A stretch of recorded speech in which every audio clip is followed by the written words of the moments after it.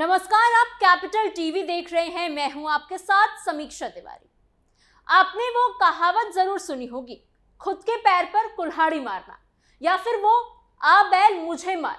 ये दोनों ही मुहावरे कांग्रेस ने सच करवा लिए हैं। अगले 48 घंटे के अंदर कांग्रेस स्पोक्स पर्सन पवन खेड़ा को आसाम पुलिस कभी भी दिल्ली से उठाकर जेल भेज सकती है। जी हां, बिल्कुल सही सुन रहे हैं आप। असम विधानसभा चुनाव से ठीक 4 दिन पहले राजनीति का स्तर एक बार फिर से गिरता हुआ नजर आ रहा है और इस बार निशाने पर है मुख्यमंत्री हिमंता बिस्वा शर्मा का परिवार। दिल्ली में प्रेस कॉन्फ्रेंस करते हुए कांग्रेस नेता पवन खेड़ा ने एक सनसनीखेज दावा कर दिया कि सीएम की पत्नी रिनिकी भुयान शर्मा के पास तीन विदेशी पासपोर्ट्स हैं, यूएई, इजिप्ट और बारब्यूडा के। अब सवाल यह है कि क्या कांग्रेस गौरव गोगोई के पत्नी पर लगे आरोपों का बदला ले रही है झूठे आरोपों से। सीएम हिमंता बिस्वा शर्मा और उनकी पत्नी ने इन आरोपों को सिरे से खारिज कर दिया। उनका कहना है कि ये झूठ मनगढ़ंत और पूरी तरह से राजनीतिक साजिश है और अब इसके खिलाफ आपराधिक और सिविल मानहानि यानी डिफेमेशन का केस भी दर्ज किया जाएगा। तो क्या कांग्रेस के पास असम में मुद्दे खत्म हो गए हैं जो अब परिवारों को घसीट कर सियासत की जा रही है, या फिर वो पुरानी रणनीति है कि चुनाव आते ही आरोपों की आंधी चलाओ और माहौल बनाओ?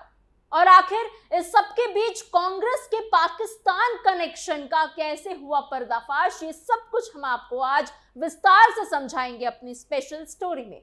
तो बने रहिए वीडियो के अंत तक। पवन खेड़ा की उल्टी गिनती शुरू, कांग्रेस के झूठे दावों का भांडाफोड़। अब पवन खेड़ा जेल में पीसेंगे चक्की। कांग्रेस प्रवक्ता पवन खेड़ा ने प्रेस कॉन्फ्रेंस कर असम सीएम हिमंता बिस्वा शर्मा की पत्नी पर 3 देशों की पासपोर्ट रखने का आरोप लगाया है। सबसे पहले आप ये वीडियो देखिए। ये सीरीज चलती रहेगी हिमंता जी, क्योंकि बंटी और बबली गिरफ्तार होंगे। ये मैं फिर दावे के साथ कह रहा हूं, बंटी और बबली जेल में होंगे। आसाम की जनता का 52,000 करोड़ रुपया आप लूट कर अमेरिका ले जाएंगे और हमको आंखें दिखाएंगे? क्या हैसियत है आपकी हमें आंखें दिखाने की? आसाम की जनता की लड़ाई लड़ रहे हैं यहां, और जो पैसा लूट कर आप गए हैं उससे आपने दुबई में प्रॉपर्टीज खरीदी हैं, उसमें आप अमेरिका में होटल्स बना रहे हैं। क्या हम इसकी पोल नहीं खोलेंगे? हम फिर जानना चाहते हैं, दुबई में आपने केवाईसी क्या दी थी? ये मैं किसी कारण से बार बार केवाईसी पूछ रहा हूं। आपको आने वाले दिनों में बहुत कुछ मालूम पड़ेगा कि मैं क्यों पूछ रहा हूं केवाईसी। इजिप्ट का एक पासपोर्ट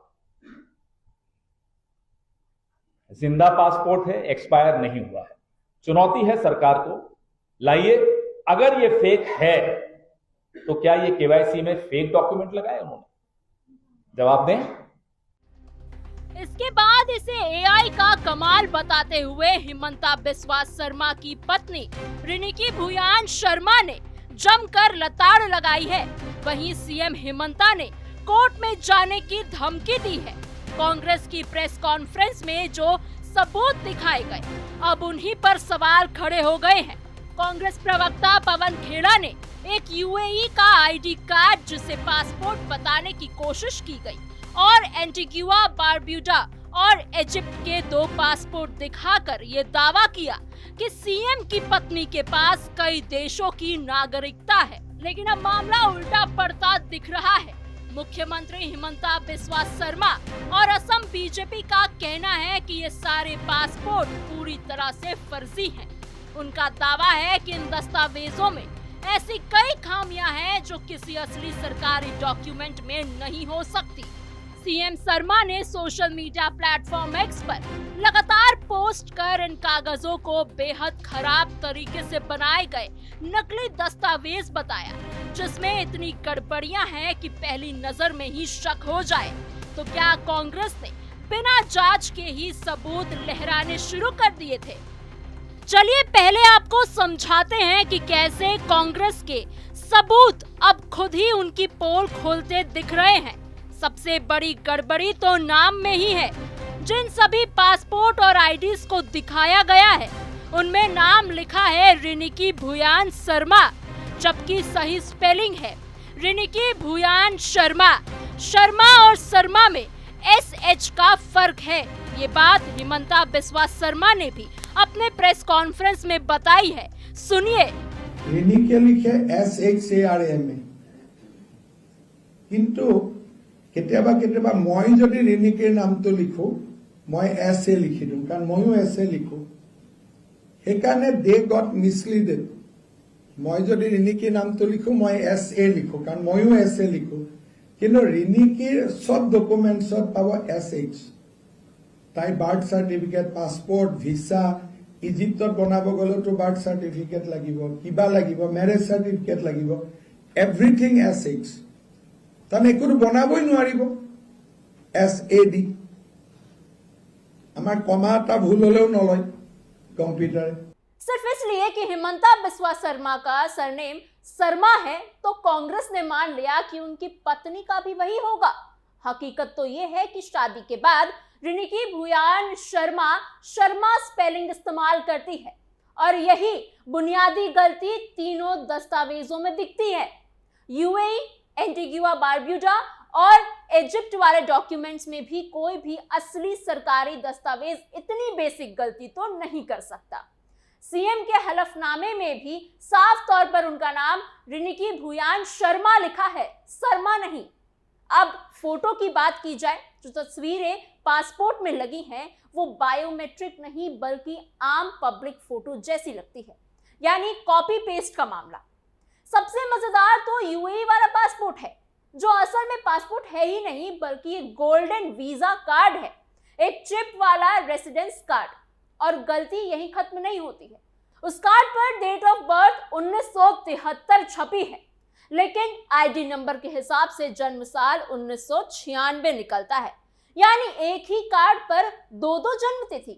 ये सब देखकर ऐसा लगता है कि कांग्रेस ने रिसर्च के नाम पर कुछ नहीं किया, लेकिन प्रेजेंटेशन पर पूरा ध्यान दिया है, क्योंकि अगर सबूत इतने ही कच्चे हों तो आरोप अपने आप गिर जाते हैं। इसलिए कहते हैं कि नकल करने के लिए भी अक्ल की जरूरत होती है। ना राजनीति की समझ, ना टेक्नोलॉजी की समझ। और कितना गिरेगी कांग्रेस पार्टी। कांग्रेस के सबूत में टेक्निकल गड़बड़ियां तो खुलकर सामने आई हैं।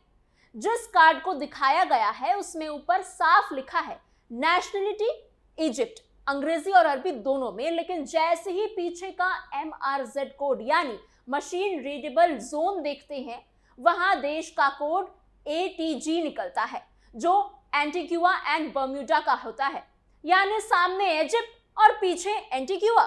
ये पासपोर्ट है या फिर मिक्स्ड मैच प्रोजेक्ट? और गड़बड़ी यही नहीं रुकती है। इस MRZ कोड में जो चेक डिजिट होना चाहिए वो 5 होने चाहिए थे, लेकिन वहां 3 लिखा है। इसका मतलब साफ है, नंबर सिस्टम से जनरेट नहीं हुआ है बल्कि कहीं ना कहीं मैनुअली छेड़छाड़ की गई है इसमें, क्योंकि असली पासपोर्ट या आईडी कार्ड में MRZ कोड ऑटोमेटिक सिस्टम से बनते हैं, उनमें इतनी बड़ी गलती होना लगभग नामुमकिन है। अब सवाल यह है कि क्या कांग्रेस ने डॉक्यूमेंट बनाने में इतनी जल्दबाजी कर दी कि बेसिक टेक्निकल चेक भी भूल गए? क्योंकि यहाँ तो हालात ये है कि ऊपर कुछ और, नीचे कुछ और बीच में पूरा गणित ही गड़बड़ दिख रहा है भैया। ऐसे सबूत देखकर तो यही लगता है कि कांग्रेस से राजनीति तो हो नहीं रही, लेकिन AI में हाथ आजमाया भी तो भी इनसे AI और फोटोशॉप भी नहीं हो रहा है। कांग्रेस के दिखाए गए इजिप्ट वाले पासपोर्ट पर तो बेहद बड़ी गलती है, जिसे देखकर एक आम इंसान भी पकड़ लेगा वो, लेकिन कांग्रेस जैसी पार्टी इस गलती को नहीं पकड़ पाई और ऊपर से फुल कॉन्फिडेंस के साथ वो सबके सामने पासपोर्ट लेकर भी आ गई। ऊपर के हिस्से में अगर आप देखें तो नेशनलिटी इजिप्शियन यानी मिस्र की दिखाई गई है, लेकिन जैसे ही नीचे MRZ कोड देखते हैं वहां पासपोर्ट नंबर के बाद बीच में IND यानी इंडिया लिखा हुआ है, जो भारत की नेशनलिटी को दर्शाता है। यानी एक ही पासपोर्ट पर दो नेशनलिटी, ऊपर इजिप्ट नीचे भारत। जबकि सच्चाई ये है कि MRZ कोड सिस्टम से ऑटोमेटिक जनरेट होते हैं, अभी आपको मैंने बताया, और वो फाइनल डेटा होता है। उसमें ऐसी बेसिक गलती होना नामुमकिन के बराबर है। कांग्रेस सबूत बनाने में इतनी जल्दबाजी में निकल गई है कि वो देश ही बदल गए। ऐसे में ये कहना गलत नहीं होगा कि कांग्रेस के आरोपों से ज्यादा फेल्ड क्रिएटिविटी इन दस्तावेजों में दिख रही है। लेकिन अफसोस, सियासत क्रिएटिविटी से नहीं, सच्चाई से चलती है। कांग्रेस ने ये भी दावा किया कि रिनिकी भुयान शर्मा के विदेशों में बड़े बड़े निवेश है और इसके सबूत के तौर पर एक डॉक्यूमेंट भी दिखाया गया। लेकिन जैसे ही इस डॉक्यूमेंट का QR कोड स्कैन किया गया, सारा खेल वहीं खुल गया। QR कोड किसी वेबसाइट या वेरिफिकेशन लिंक पर ले जाने के बजाय सिर्फ कुछ बेकार के अक्षर दिखा रहा है जिसका कोई मतलब नहीं निकलता। यानी ना कोई लिंक, ना कोई डेटा, बस खाली दावा। अब सोचिए, अगर डॉक्यूमेंट असली होता तो QR कोड से ही सही जानकारी मिल जाती, लेकिन यहाँ तो QR कोड भी जवाब दे गया। अब सवाल ये है कि क्या कांग्रेस के पास सच में कोई ठोस सबूत है या सिर्फ प्रेजेंटेशन के भरोसे ही पूरी कहानी बनाई जा रही है? क्या फिर कांग्रेस भारत की जनता को पागल समझती है, जिनको ना टेक्नोलॉजी का ज्ञान है और ना ही AI का? ऐसे में ये कहना गलत नहीं होगा कि कांग्रेस के आरोपों में जितनी भारी भरकम बातें हैं, उतना ही हल्का उनका सबूत नजर आ रहा है। कांग्रेस के पाकिस्तान कनेक्शन का पर्दाफाश, कांग्रेस का पाकिस्तान प्रेम, पाकिस्तान का कांग्रेस प्रेम। लेकिन इन सबके बीच एक बात बहुत गौर करने वाली है कि पहली बात तो ये सारे डॉक्यूमेंट्स के फोटोज ब्लैक एंड व्हाइट आखिर क्यों हैं? आजकल के जमाने में ब्लैक एंड व्हाइट फोटोज लेकर आ गए हो आपको लगता है कि जनता समझ जाएगी, पागल बन जाएगी। और दूसरी बात तो ये है कि जितने भी डॉक्यूमेंट्स दिखाए गए हैं पवन खेड़ा की तरफ से, वो सारे डॉक्यूमेंट्स एक पाकिस्तानी सोशल मीडिया ग्रुप से उठाया हुआ है। जी हाँ, ग्रुप का नाम है पाकिस्तान इन अजमान, जिसका जिक्र हिमंता बिस्वा शर्मा ने भी अपनी वीडियो में किया है। सुनिए। सबसे जो बड़ा एलिगेशन है, भाई आप पाकिस्तानी सोशल मीडिया ग्रुप से क्यों मदद ली? पहले ही हमारा एलिगेशन है गौरव और पाकिस्तान आर इन टच, और ये पूरा जो कागज बनाया original goes to a Pakistani social media group name Pakistan in Ajman, ये ग्रुप का नाम है ना। तो क्या असम का चुनाव पाकिस्तान इन्फ्लुएंस कर रहा है? देखिए, पाकिस्तान के न्यूज चैनल पर बैठकर ये बातें हो रही हैं, ये डिस्कशन, ये चर्चा हो रही है कि असम में किसकी सरकार बननी चाहिए, और पाकिस्तान में ही कम से कम 11 टॉक शोज का सामान्य मत यही निकला है कि असम में कांग्रेस पार्टी को जीतना चाहिए। ऐसे में सवाल उठना तो लाजमी है ना कि आखिर पाकिस्तान असम की सियासत में इतनी दिलचस्पी क्यों दिखा रहा है, और पाकिस्तान के लोग यही क्यों चाहते हैं कि असम में कांग्रेस की ही सरकार बने, कांग्रेस ही जीते।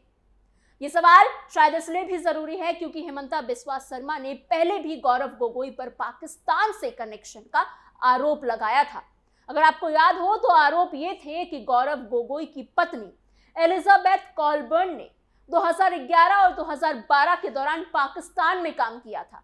उन्होंने ये भी दावा किया कि उनकी सैलरी एक पाकिस्तानी नागरिक अली तौकीर शेख द्वारा दी जाती थी, जिनका संबंध पाकिस्तानी समितियों से हो रहा है। इतना ही नहीं, बल्कि ये भी आरोप लगाए गए थे कि गौरव गोगोई ने दिसंबर 2013 में अधिकारियों को सूचित किए बिना ही पाकिस्तान में गुप्त यात्रा की, चोरी छुपे वहां गए। आरोप ये भी है कि वहां उन्होंने किसी प्रकार की ट्रेनिंग भी ली थी। यह आरोप भी लगाया गया कि 2015 में गोगोई ने अपने NGO यानी youth forum on foreign policy के माध्यम से भारतीय छात्रों की और तब के पाकिस्तानी हाई कमिश्नर अब्दुल बासित के बीच में बैठकें आयोजित करवाई, मीटिंग्स करवाई थी, जो ऑफिशियल चैनल से बाहर थी। और इन सारे आरोपों को गौरव गोगोई कोई भी सबूत सामने लाकर नकार ही नहीं पाए। तो कुल मिलाकर आरोप लगाते लगाते कांग्रेस और पवन खेड़ा खुद ही सवालों के घेरे में और आरोपों के घेरे में आकर खड़े हो गए हैं। जैसे कि मैंने शुरुआत में कहा था कि कांग्रेस ने अपने ही पैरों पर कुल्हाड़ी मार ली है। इन सब के बाद कांग्रेस की छवि जनता के सामने बिल्कुल खराब हो चुकी है। मतदान से 4 दिन पहले इस तरह से अपनी इतनी गंभीर बेइज्जती करवाना कांग्रेस को बहुत भारी पड़ सकता है, और पवन खेड़ा अब जल्द ही सलाखों के पीछे आपको नजर आ सकते हैं। कुल मिलाकर आरोप लगाते लगाते कांग्रेस और पवन खेड़ा खुद ही सवालों और आरोपों के घेरे में आकर खड़े हो गए हैं। जैसा मैंने आपको शुरुआत में बताया था कि कांग्रेस ने अपने ही पैरों पर कुल्हाड़ी मार ली है। इन सब के बाद कांग्रेस की छवि जनता के सामने बिल्कुल खराब हो चुकी है। मतदान के 4 दिन पहले अपनी इस तरह से गंभीर बेइज्जती करवाना कांग्रेस को बहुत भारी पड़ सकता है और पवन खेड़ा तो अब जल्द ही सलाखों के पीछे दिख सकते हैं। आपको हमारी ये खबर कैसी लगी? आपके क्या सोच विचार हैं इस पूरे मुद्दे को लेकर? हमें कमेंट बॉक्स में जरूर बताइएगा। ऐसी और खबरों के लिए बने रहिए कैपिटल टीवी के साथ।